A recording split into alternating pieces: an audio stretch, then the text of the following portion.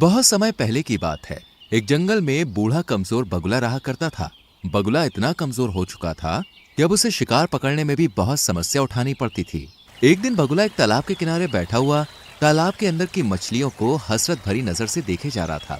तभी एक मछली बगुले को देखकर बोली, क्या बात है बगुला भगत, इतनी गौर से क्या देख रहे हो? मैं 2 दिन से भूखा हूँ। कमजोर होने के कारण मैं कोई शिकार नहीं पकड़ पा रहा। इस संसार में जो भी जन्म लेता है उसे 3 दौर से गुजरना ही पड़ता है, बचपन, जवानी और बुढ़ापा। तुम अपने जीवन के 2 दौर देख चुके हो, अब तीसरे का भी आनंद उठाओ। ये सुनकर बगुला क्रोधित होते हुए उस मछली से बोला, तुम अपने आप को समझती क्या हो? जब मैं जवान था तब किसी मछली की मुझसे बात करने की हिम्मत नहीं होती थी।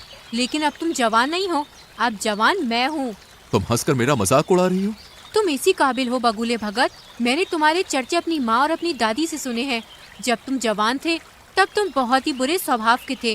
अब तुम बूढ़े हो चुके हो, इसलिए तुम्हारा मजाक उड़ाकर मैं तुमसे अपने पूर्वजों के साथ किए गए दुर्व्यवहार का बदला ले रही हूँ।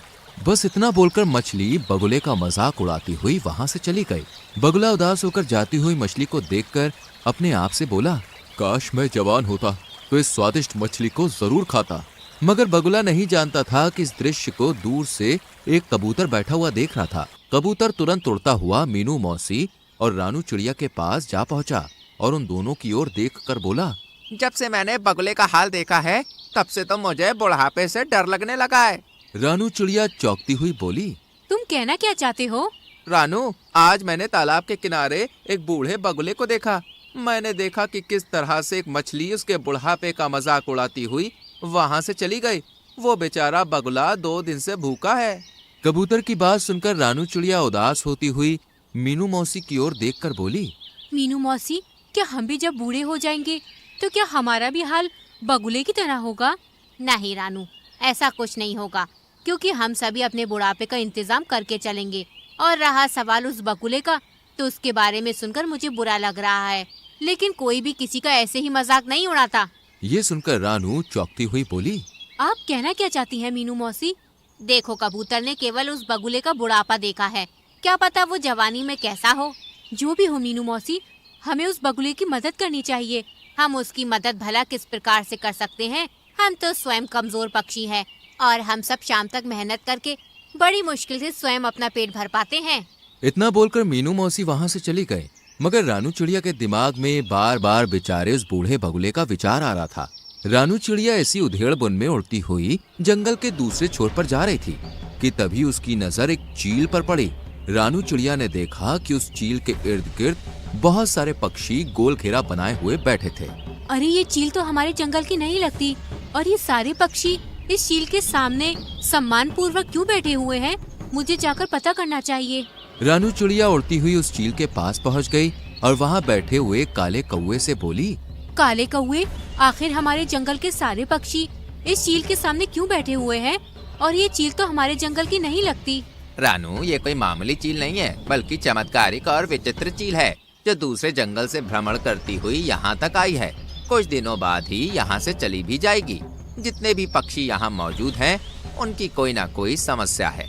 वो सब अपनी समस्याओं का समाधान करवाने के लिए इस चील के पास बैठे हैं। रानू चिड़िया हंसते हुए काले कौवे से बोली, मुझे तुमसे ऐसी अंधविश्वास भरी बातों की उम्मीद नहीं थी। नहीं रानू, मैं स्वयं अपनी आंखों से इस चील का चमत्कार देख चुका हूँ। तभी वो चील रानू चिड़िया की ओर देखकर बोली, मैं कोई पाखंडी चील नहीं हूँ, मुझ में वास्तव में चमत्कारिक शक्तियाँ हैं।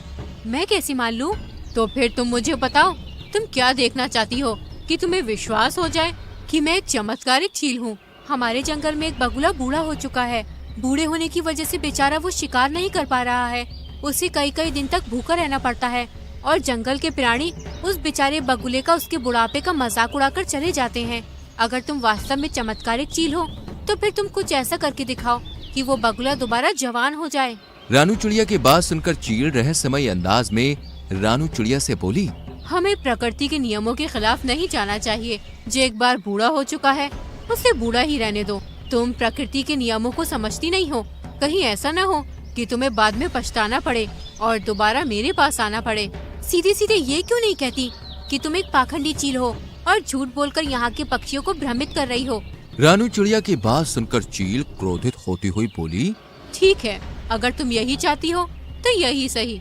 इतना बोलकर उस चील ने जमीन में रखा हुआ एक दाना रानू चिड़िया के पास फेंक दिया और रानू चिड़िया से बोली, ये एक चमत्कारिक शक्तियों का अभिमंत्रित किया हुआ दाना है।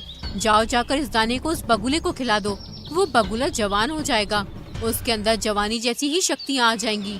चील की बात सुनकर रानू चिड़िया उस दाने को उठाकर तुरंत उस तालाब के किनारे बैठी हुई बगुले के पास पहुंच गए और उसे सारी घटना बताते हुए बोली, जब मुझे कबूतर ने तुम्हारे बारे में बताया तब मुझे तुम्हारे लिए बहुत बुरा लगा, इसलिए मैं तुम्हारे लिए ये चमत्कारिक दाना लाई हूँ।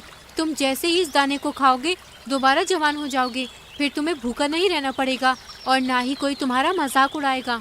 चील की बात सुनकर बगुला खुश होते हुए रानू चिड़िया से बोला, तुम तो वाकई बहुत अच्छी हो रानू, मैं इस दाने को जरूर खाऊंगा। जैसे ही बगुले ने विचित्र चमत्कारिक दाने को खाया वो दोबारा से जवान हो गया। बगुले के दोबारा जवान होते ही रानू चिड़िया खुश होती हुई वहां से चली गई। रानू चिड़िया के जाते ही बगुला अपने आप से बड़े ही घमंडी अंदाज में बोला, अब तो मैं दोबारा जवान हो गया हूँ, अब मैं इस तालाब की सारी मछलियों को खा जाऊंगा। तभी बगुले की नजर एक सुंदर मछली पर पड़ी। बगुले ने बड़ी ही बेदर्दी से उस सुंदर मछली को अपनी चोंच से दबोच लिया। सुंदर मछली बगुले से बोली, मुझे छोड़ दो। नहीं, तुम तो मेरा भोजन हो और केवल तुम ही नहीं बल्कि तालाब में रहने वाली सभी मछलियां मेरा भोजन है, मैं सबको खा जाऊंगा। बगुले ने उस मछली को मार दिया और उसे बड़े ही शौक से खाने लगा। शाम तक बगुले ने तालाब की आधी मछलियां समाप्त कर दी। जो मछलियां उसे स्वादिष्ट लगती वो उसे खा जाता और जिन मछलियों में उसे स्वाद नहीं लगता तालाब के किनारे उन्हें फेंक देता और वो मछलियां तड़प तड़प कर मर जाती। अगले दिन कबूतर अपने पुत्र जो कि एक बच्चा था उसके साथ वहां से गुजर रहा था। कबूतर अपने पुत्र को उड़ना सिखा रहा था। तभी उसकी नजर बगुले पर पड़ी जो कि जवान हो चुका था। कबूतर अपने बेटे के साथ तुरंत उस बगुले के नजदीक पहुंच गया। तुम्हें जवान देखकर मुझे बहुत ही अच्छा लग रहा है। तभी कबूतर की नजर वहां मरी हुई मछलियों पर पड़ी। ये तो तालाब की मछलियाँ हैं। बगुला उदासी से कबूतर से बोला, पता नहीं कल रात क्या हुआ, सारी मछलियां तालाब से बाहर आ गईं और अपने आप तड़पते तड़पते मर गईं। ये तो बहुत बुरा हुआ। वैसे भी मछलियाँ तुम्हारा बहुत मजाक उड़ाती थीं। अच्छा सुनो, मुझे एक बहुत जरूरी काम है और ये मेरा छोटा बेटा है, मैं इसे उड़ना सिखा रहा हूँ। क्या तुम कुछ देर के लिए इसका ख्याल रख सकते हो? हाँ हाँ, क्यों नहीं, तुम आराम से जाओ और अपना काम समाप्त करके आना, तब तक मैं तुम्हारे बेटे का ख्याल रखूंगा। कबूतर वहां से चला गया। बगुला कबूतर के उस नन्हे बच्चे को गौर से देखने लगा। सच तो ये था कि उसके मुंह में पानी आ रहा था। वो मन ही मन में बोला, जब मैं जवान था तब मैं कबूतरों का मांस बड़े ही शौक से खाया करता था। कबूतर का मांस मेरा पसंदीदा मांस था। खैर कोई बात नहीं, अब मैं दोबारा जवान हो गया हूँ, क्यों ना मैं इस कबूतर के बच्चे का मांस चख लूं। तभी वो कबूतर का बच्चा बड़ी मासूमियत से बगुले से बोला, क्या हुआ, आप मुझे इतनी गौर से क्यों देख रही हैं? तुम्हें देखकर मेरी भूख और बढ़ती जा रही है। इतना कहकर बगुले ने अपनी चोंच से उस कबूतर के बच्चे को बड़ी ही बेदर्दी से मार दिया और उसे खा गया। कुछ देर के बाद जब कबूतर वहां पर आया तो अपने बच्चे को ना पाकर वो बगुले से बोला, अरे मेरा बच्चा कहाँ गया? तभी तालाब से एक मछली निकलकर बाहर आ गई और कबूतर से बोली, तुम्हारे बच्चे को यही बगुला भगत खा गया है। ये सुनकर कबूतर अविश्वास भरी नजरों से बगुले की ओर देखने लगा। तभी बगुला अकड़ता हुआ कबूतर से बोला, हाँ हाँ खाया है, तो इसमें समस्या क्या है? मुझे मांस पसंद है और तुम्हारे बच्चे का मांस मुझे बहुत ही ज्यादा अच्छा लगा, इसलिए मैं उसे खा गया। ये तो बहुत गलत बात है। तो तुम क्या कर लोगे? तुम मेरा मुकाबला नहीं कर सकते। समझ गया, इसका मतलब इस तालाब के अंदर रहने वाली मछलियों को भी तुम नहीं मारा है। इतना बोलकर कबूतर उड़ते हुए रानू चिड़िया के पास पहुंच गया और उसे सारी घटना बताते हुए बोला, मुझसे बहुत बड़ी भूल हो गई रानू चिड़िया, वो बगुला बूढ़ा ही सही था। मुझे तुम्हारे बच्चे की मौत के बारे में सुनकर बहुत बुरा लग रहा है और मुझे अपने ऊपर पछतावा भी हो रहा है। उस चील ने बिल्कुल सही कहा था, हमें प्रकृति के नियमों के साथ छेड़छाड़ नहीं करनी चाहिए। चलो मेरे साथ। रानू चिड़िया कबूतर के साथ उस चील के पास पहुंच गई और सारी घटना बताती हुई बोली, मुझे क्षमा कर दो चील, मैंने तुमसे कहा था परंतु तुमने मेरी बात नहीं मानी। खैर अभी भी कुछ नहीं बिगड़ा। इतना बोलकर उस चील ने एक और दाना रानू चिड़िया के सामने फेंक दिया। इस दाने को उस बगुले के ऊपर फेंक देना, वो दोबारा बूढ़ा हो जाएगा। रानू चिड़िया तुरंत उस दाने को लेकर उस बगुले के पास पहुंच गई और ऊपर से उसने वो दाना बगुले के ऊपर फेंक दिया। दाना शरीर से स्पर्श होते ही बगुला फिर से बूढ़ा हो गया। अरे ये मेरे साथ क्या हो रहा है? मैं तो फिर से बूढ़ा हो गया। तभी रानू चिड़िया क्रोधित होती हुई बगुले से बोली, तुम बूढ़े ही अच्छे लगते हो बगुले। जो मैंने भूल की थी उससे मैंने सुधार दिया। इतना बोलकर रानू चिड़िया वहां से चली गई और बगुला दोबारा बुढ़ा और कमजोर हो गया। तो दोस्तों, कैसी लगी आपको हमारी ये कहानी? अगर कहानी अच्छी लगी हो तो वीडियो को लाइक कीजिएगा, चैनल को सब्सक्राइब कीजिएगा और हाँ, कहानी अपने दोस्तों के साथ शेयर करना तो बिल्कुल मत भूलिएगा। मैं आपको मिलूंगी अगले वीडियो में किसी नई कहानी, नई सीख के साथ। तब तक के लिए बाय बाय। समय पहले सुंदरवन जंगल में 2 शेर रहते थे, शेर खान और गब्बर खान। ये बस नाम के सगे थे, खून का रिश्ता था, लेकिन दिलों में जंग छिड़ी थी। एक तरफ था न्यायप्रिय, मेहनती और दूरदर्शी राजा शेर खान, और दूसरी तरफ था लालच और अहंकार में डूबा गब्बर खान।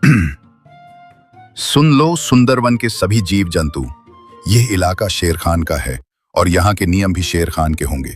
बरसों से यही रिवाज है कि मांसाहारी जीव शिकार करें तो केवल बूढ़े और अशक्त जानवरों का करें।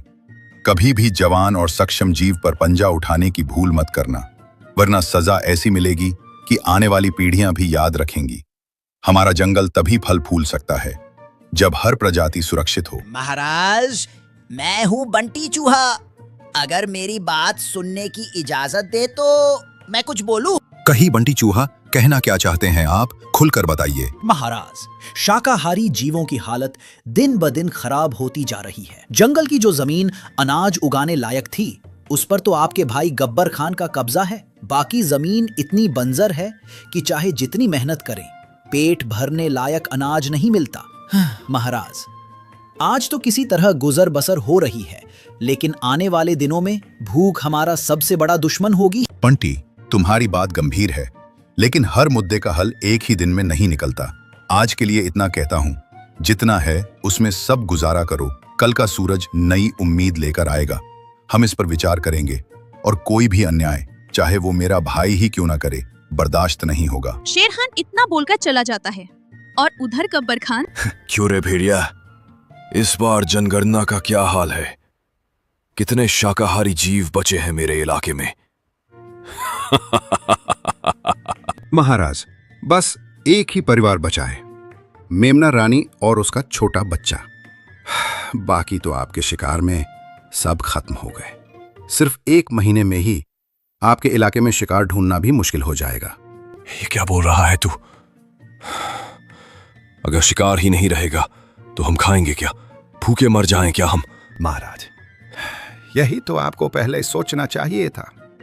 जब से आप राजा बने हैं, आपने इतनी बेरहम शिकारी की है कि गिनने के लिए उंगलियां कम पड़ जाएं। अब हालत यह है कि आखिरी बचा शिकार भी आपके बड़े भाई के इलाके में भाग गया है। भागेगा कहा? शिकार मेरा है, चाहे वो भाई के इलाके में क्यों ना चला जाए। आज चाहे आसमान टूट पड़े, मैं उस मेमना रानी को खाकर ही दम लूंगा। चल भेड़िया, मेरे साथ। इतना बोलकर दोनों मेमना के पास जाने लगते हैं।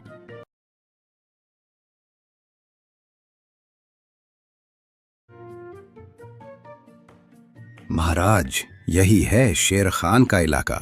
मेमना रानी यहीं छुपी होगी। लेकिन ये जगह आपके लिए खतरे से खाली नहीं है। खतरा? गब्बर खान के लिए? ये जंगल मेरी लगों में बहता है भेड़िया, और शिकार मेरा हक है, चाहे वो भाई का इलाका हो या किसी और का। आज मेमना रानी का अंत पक्का है। अचानक झाड़ियों के पीछे से मेमना रानी और उसका बच्चा दिखाई देते हैं, डर के मारे कांपते हुए। भागो मत, तुम्हारा वक्त आ गया है। आज तुम्हारी चीखें इस जंगल में आखिरी बार गूंजेंगी। गब्बर खान झपटता है, तभी उसके सामने शेर खान आ जाता है। बस एक कदम और ये जंगल तुम्हारे नाम को हमेशा के लिए मिटा देगा गब्बर। ये इलाका मेरा है और यहाँ मेरे नियम चलते हैं। तुम्हारे लालच ने पहले ही तुम्हारे इलाके को वीरान कर दिया। अब तुम मेरी प्रजा पर पंजा उठाओगे। जब तक शेर खान जिंदा है, कोई भी मासूम इस जंगल में डर के साए में नहीं जिएगा। तू मुझे रोक सकेगा?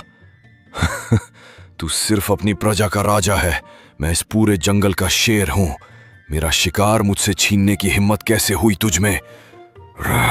हिम्मत नहीं, फर्ज कहो इसे।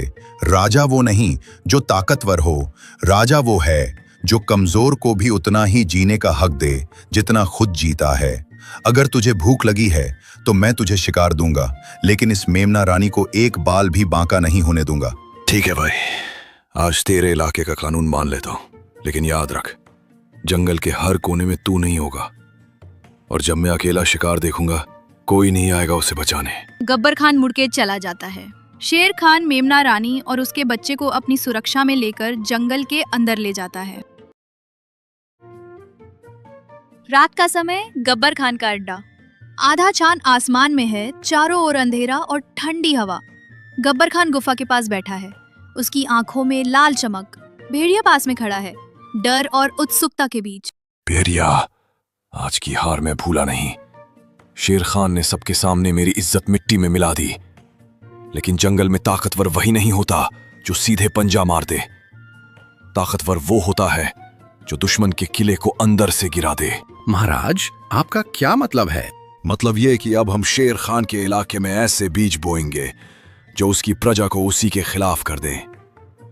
हम पहले उसके जंगल में अराजकता फैलाएंगे, अनाज चुराएंगे, पानी के स्रोत गंदे करेंगे, ताकि उसकी प्रजा भूखी और प्यासी हो जाए।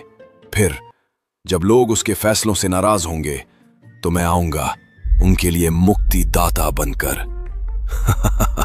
इतना बोलकर गब्बर खान और भेड़िया दोनों रात में शेर खान के इलाके में चले जाते हैं और वहां जाकर तालाब में सड़ा हुआ मांस फेंक देते हैं और गुफा से अनाज को चुरा लेते हैं और फिर अपने जंगल वापस आ जाते हैं। तभी अगली सुबह। महाराज, आज सुबह जब मैं सीमा की गश्त पर निकला तो मैंने कई जगह पैरों के निशान देखे।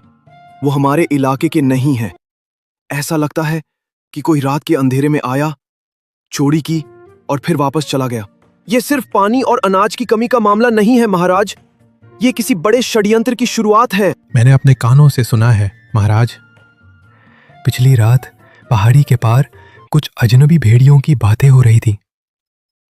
वे कह रहे थे जब भूख बढ़ेगी तो राजा पे शक खुद उसकी प्रजा करेगी।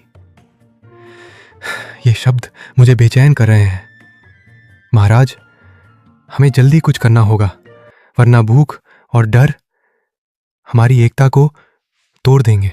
महाराज, मैं तो बस पानी लेने तालाब गया था, लेकिन माँ की हालत देखकर मेरा दिल बैठ गया। पानी में सलांद है, मछलियाँ ऊपर तैर रही हैं। अगर ऐसे ही रहा तो ना हम पी पाएंगे ना फसल उगेगी।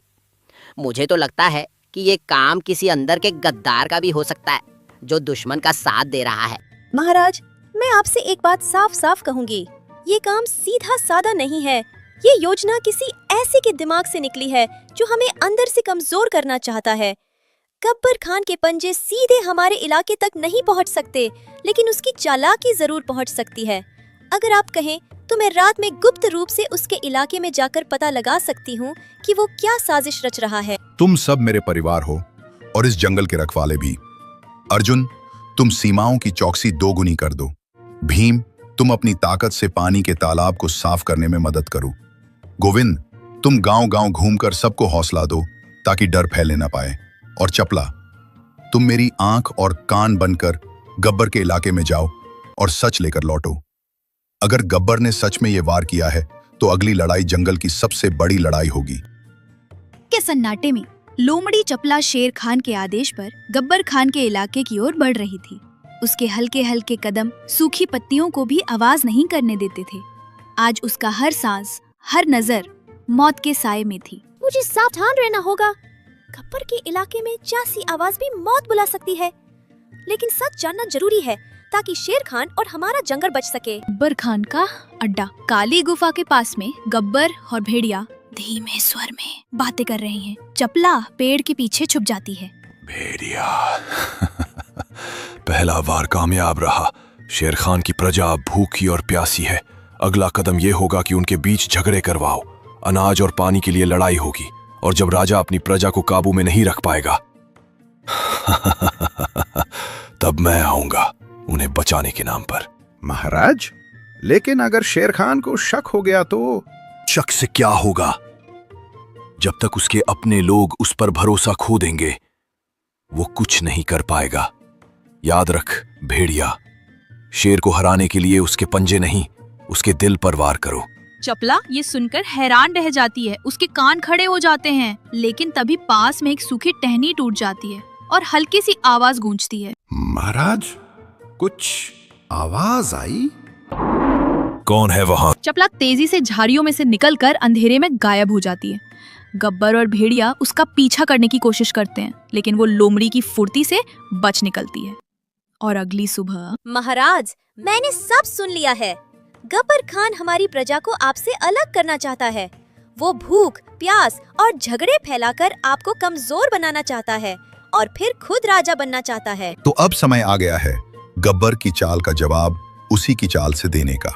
हम उसकी सोच से तेज चलेंगे और जंगल को बचाने के लिए हर कीमत चुकाएंगे। चपला लोमड़ी की खबर ने पूरे दरबार में आग लगा दी। अब शेर खान के सामने सिर्फ एक रास्ता था, एक ऐसी योजना बनाना जिसमें गब्बर खान की चाल नाकाम हो और जंगल की एकता वापस लौट आए। सुनो मेरे साथियों, आज हम सिर्फ अपनी हुकूमत नहीं बल्कि पूरे जंगल का भविष्य बचाने जा रहे हैं। गब्बर खान ने सोचा कि वो भूख और डर फैलाकर हमें तोड़ देगा, लेकिन वो भूल गया कि एकजुट जंगल को कोई नहीं तोड़ सकता। अर्जुन घोड़ा, तुम्हारी रफ्तार पूरे जंगल में सबसे तेज है। तुम सीमा पार गब्बर के इलाके के चारों ओर गश्त करोगे और अगर उसकी कोई टुकड़ी हमारी तरफ बढ़े तो तुरंत खबर लाओगे। महाराज, जब तक मेरे पैर में जान है कोई दुश्मन इस तरफ नहीं आ पाएगा। भीम हाथी, तुम्हारी ताकत हमारी ढाल होगी। तुम अनाज के भंडार के पास रहोगे ताकि गब्बर का कोई आदमी चोरी ना कर सके। महाराज, मेरी मौजूदगी में अनाज का एक दाना भी इधर उधर नहीं होगा। गोविंद गधा, लोग तुम्हें कम आंकते हैं, लेकिन तुम्हारी याददाश्त और सहन शक्ति सबसे बड़ी ताकत है। तुम जंगल के हर घर जाओगे और सबको समझाओगे कि गब्बर की अफवाहों पर भरोसा ना करें। महाराज, जब तक मेरी आवाज पहुंचेगी कोई भी अपने राजा पर भरोसा खोएगा नहीं। बंटी चूहा, तुम्हारा कद छोटा है लेकिन काम बड़ा।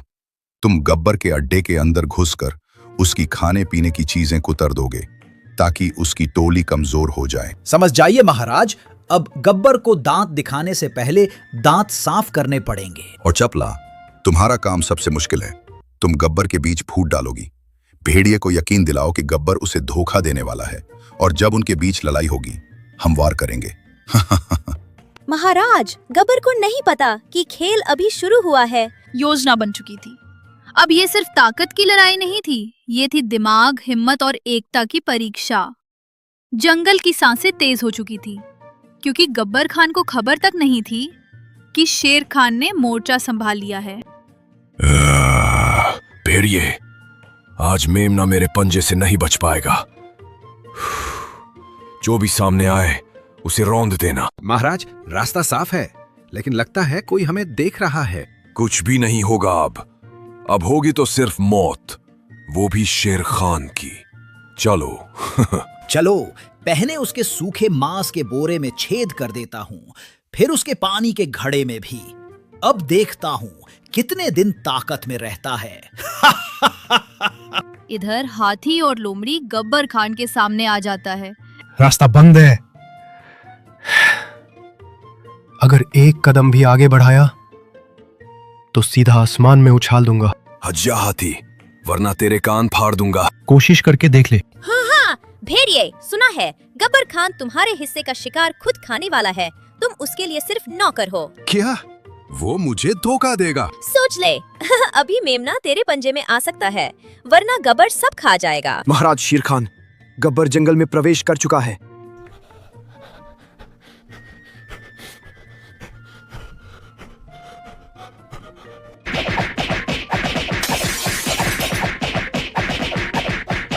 जंगल का कानून भूल गया था। गब्बर, आज तुझे जिंदा छोड़ रहा हूं ताकि तू याद रखे, राज ताकत से नहीं, एकता और न्याय से चलता है। शेर खान, तूने मुझे जिंदा छोड़कर गलती की। अब मैं जंगल का राजा नहीं, जंगल का साया बनूंगा और तुझे वहीं खत्म करूंगा जहां तू सोच भी नहीं सकता। गब्बर, तेरा साथ देकर मैंने कुछ नहीं पाया। अब मैं शेर खान के पास जा रहा हूं। जा, पर याद रख, गब्बर की छाया से कोई नहीं बचता।